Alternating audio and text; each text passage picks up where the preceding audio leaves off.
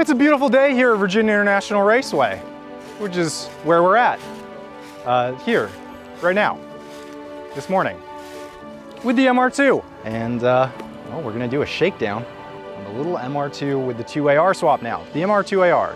And this is just a perfect comparison to how the car used to be with the old engine, the 1ZZ. With the 1ZZ, I ran a 2-minute, 22-second lap, and that was pushing like hell. Now we've got the 2AR engine. We've over doubled the horsepower, but we've still got the same tires, same suspension, all that stuff is the same. So we get to drive the car and see exactly what has changed just by doing an engine swap. A lot of the time you might make a big change on a car like this, like I drove it on the street, and my real takeaway was, wow, this thing is a lot faster, and it feels about the same handling wise and stuff like that. The brakes still feel great, but we get to really test that today and actually find out, push the car to its limits, push me to my limits, and see what the weak spots are, because I'm sure there are gonna be weak spots. No massive change like this comes without, you know, some other areas that are gonna need improvement. All right, here we go. I have to pee.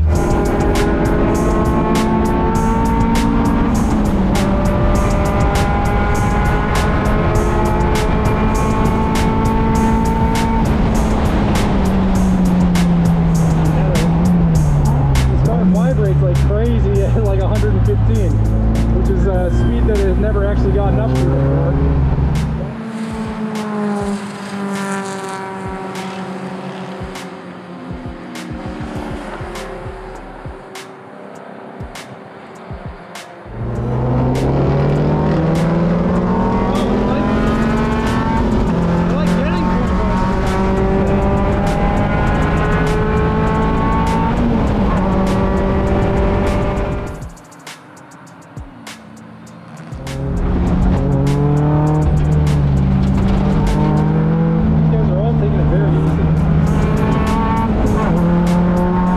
Fellow drivers were, of course, taking it easy because it was a cool November morning and they were feeling things out before they started to push. A game plan I probably should have adhered to myself as I began learning the car's new braking zones.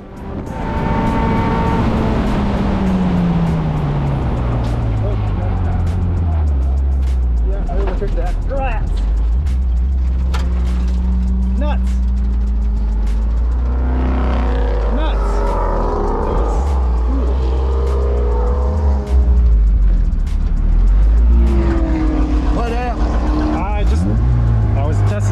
Points and I broke a little bit too late. You alright? I'm all good. Alright. Alright.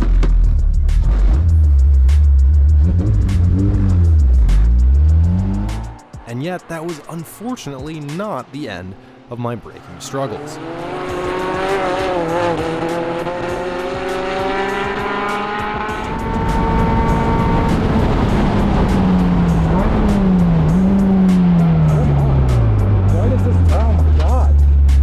Brakes are not holding up.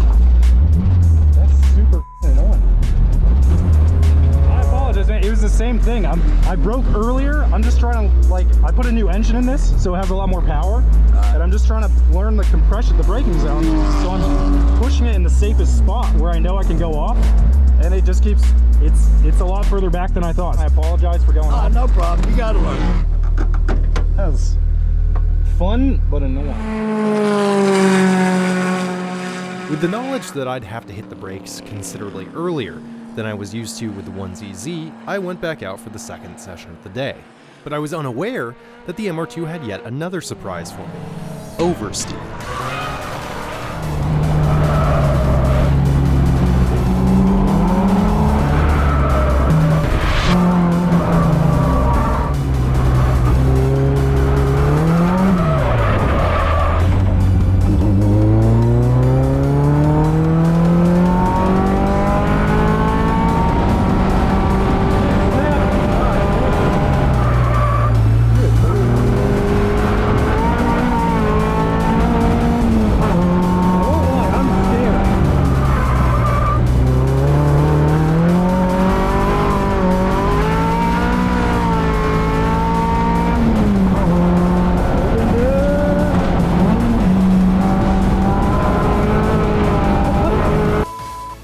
exhilarating, but also really tiring and scary to drive. Understeer in the fast stuff, oversteer corner entry, mid corner. Basically anytime you're not fully on throttle, the rear just wants to come around. It feels like an old school 911. I almost spun it up at Oak Tree. It was a really ugly catch. By far the most demanding car I've driven on track from a quick hands perspective. So we ran a 2:16.7. That was, most of that lap was me trying to get my aim solo, which had fallen, just trying to secure that and then put it into the glove box. There's a lot of optimization, but I think initially I wanted to go sub 210 here, and I think that might theoretically be possible, but probably not with me driving, and especially not with this level of confidence that I have in the car right now. It is super sketchy, even beyond the understeer oversteer thing. On the front straight, when you turn, it kind of like judders, because we're hitting 130 miles an hour now. Before we were hitting 110. I don't know, this car's just lived a really hard life, and I think it's revealing some of the traumas, some of the buried traumas that this MR2 might have with all this extra horsepower. So I was gonna set my Fortune Autos to full soft in the front to try and get more front grip, but they're already at full soft. I could go stiffer in the rear to try and dial out understeer, but then I have the massive oversteer, which I think is a little bit of more of a problem. Okay, the rears are like 8 clicks hard. So let's just take that all the way out. Let's just go ahead and take out all of that. Put those puppies at full soft. I'm anticipating hopefully less oversteer and maybe a bit more understeer, which is a worthy trade-off if our goal is just me not being scared. Because right now I'm peeing in my little pants. The rear tires have 2 PSI lower than the fronts, so that should also help with rear grip. The sway bars are at full soft all the way around, so I could try stiffening up the front. I feel like that's not going to make front grip better. Let's just see how it feels now that we've kind of touched that stuff. Okay, so we made some changes, and we get to follow this gorgeous GT3 out. Oh, there's a very nice Cayman. That is such a sexy car. Oh my gosh.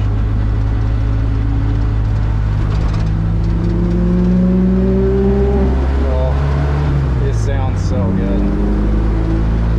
Okay, fine. I just want a Porsche. How about that?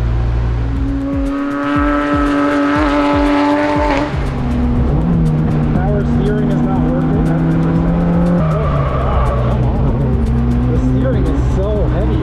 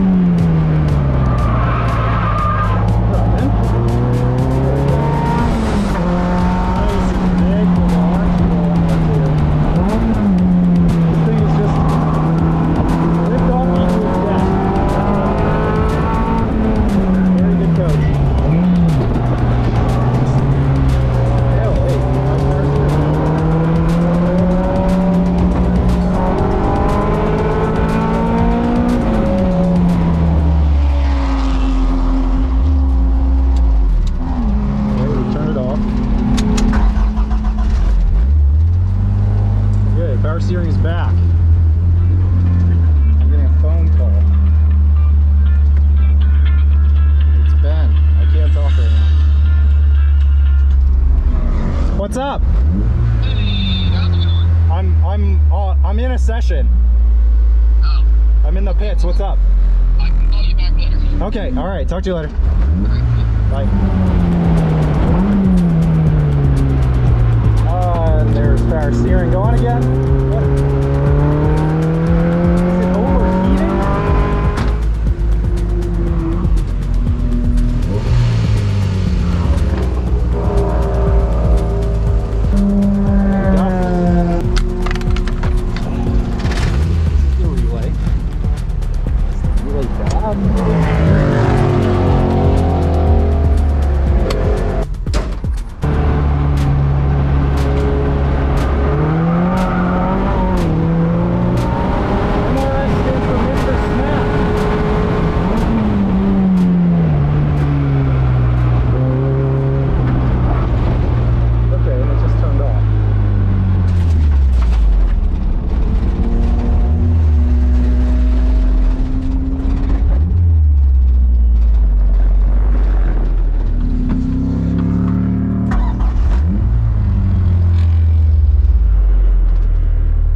sorry. The car turned off going into 1, and I didn't know if it would start again, so I just looped it in here. Okay. But That's it's, a surprise. yeah, I think it'll drive. Yeah. If you can, just take it on back Okay. that way. Thanks. This is motor swap type stuff. These kinds of things are pretty inevitable. Just little teething issues. Luckily, the issue seemed to be an extremely silly and easy to fix problem. I found that the battery container we'd fabbed up on the subframe wasn't quite able to hold the battery under heavy braking, so the power steering intermittence and loss of power were probably the result of the battery moving around and affecting connectivity. My solution proved yet again that engineering degrees are for chumps, and we were ready for the next session. I mean, the car did feel marginally better, but I think I'm just learning how to drive it. The issue is I have to stay on throttle, right? It's like a 911, like an old school 911. If you lift, you die. So anytime it's stepping out, I'm noticing it's because I'm not really on throttle in most circumstances. Sometimes I am on throttle and it's still just oversteering, but that's a little bit more predictable. But yeah, boy howdy, what a handful. Stiffen the front suspension. So that's not gonna help understeer, but hopefully it'll help rotation a little bit, make the car a little bit more predictable. Is that an auto 5 liter? It is. M2, for some reason, has tape over his license plate. I guess for situations exactly like this, where some pervert with a GoPro is filming the back of his car.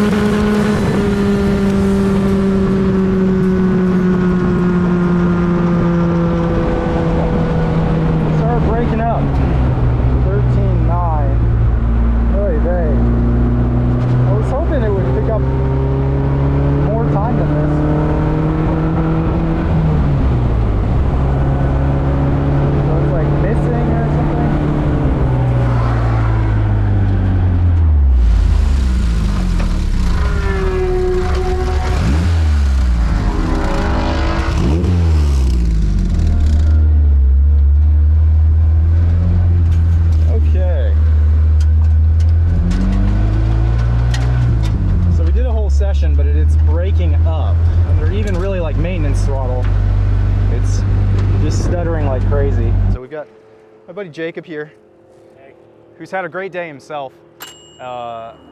He's got a scan tool, so we're trying to read codes off of, I guess, the Haltech. I don't know anything about my car, basically. I'm a YouTuber that gets other people to build my stuff, and then I just break it. This is probably an incredibly easy fix, and if Mark was here, he would be able to diagnose it very quickly, I think. But I don't know how to use any of this stuff, so I don't have any idea. But I'm sure it's something very simple. However simple the fix may have been, unfortunately we weren't able to find it. After regapping all the plugs and going to Advance for new ignition coils, the problem persisted. So I packed things up and went home. Reflecting on the track day though, it was an incredibly positive first outing for a car that's had the entire drivetrain swapped. Teething issues were small and the car was just about back to doing the job I bought it for, giving me maximum seat time to practice getting better at driving. And boy, does this car make you practice. Although the setup is not quite dialed, the current state of the MR2 still teaches good habits of braking in a straight line, committing to throttle, and having quick hands. Unlike a car like my Evo, the MR2 will not hold your hand, and won't forgive you for any mistakes. this is by far the most focused I've had to be during an HPDE session, or else the car will really bite me in the butt. And that's exactly what I want from a little seat time car like this. In the end, even with a highly compromised setup, low confidence in the car, traffic, and losing power on the front straight, I still managed to improve on my personal best in the MR2 by 8.5 seconds. If you're interested, the end of this video will just be my old fastest lap in the MR2 next to my new fastest lap with the 2AR. The difference is, as you'd expect, pretty stark. Thanks for watching, guys. But real quick, before we get to that, the MR2 is back in the shop, and I actually talked to Mark and we figured out what the issue is. The crankshaft position sensor on the MR2 is losing signal, and this is a very common thing. It happens just from dust accumulating on the tip of the crankshaft position sensor or the sensor itself going bad. And all we have to do is pull it out, wipe it off, wipe it clean, and then put it back in, and there should be no more issues with the breakup. So as I thought, super simple. Mark was able to solve it, and yeah, now those laps.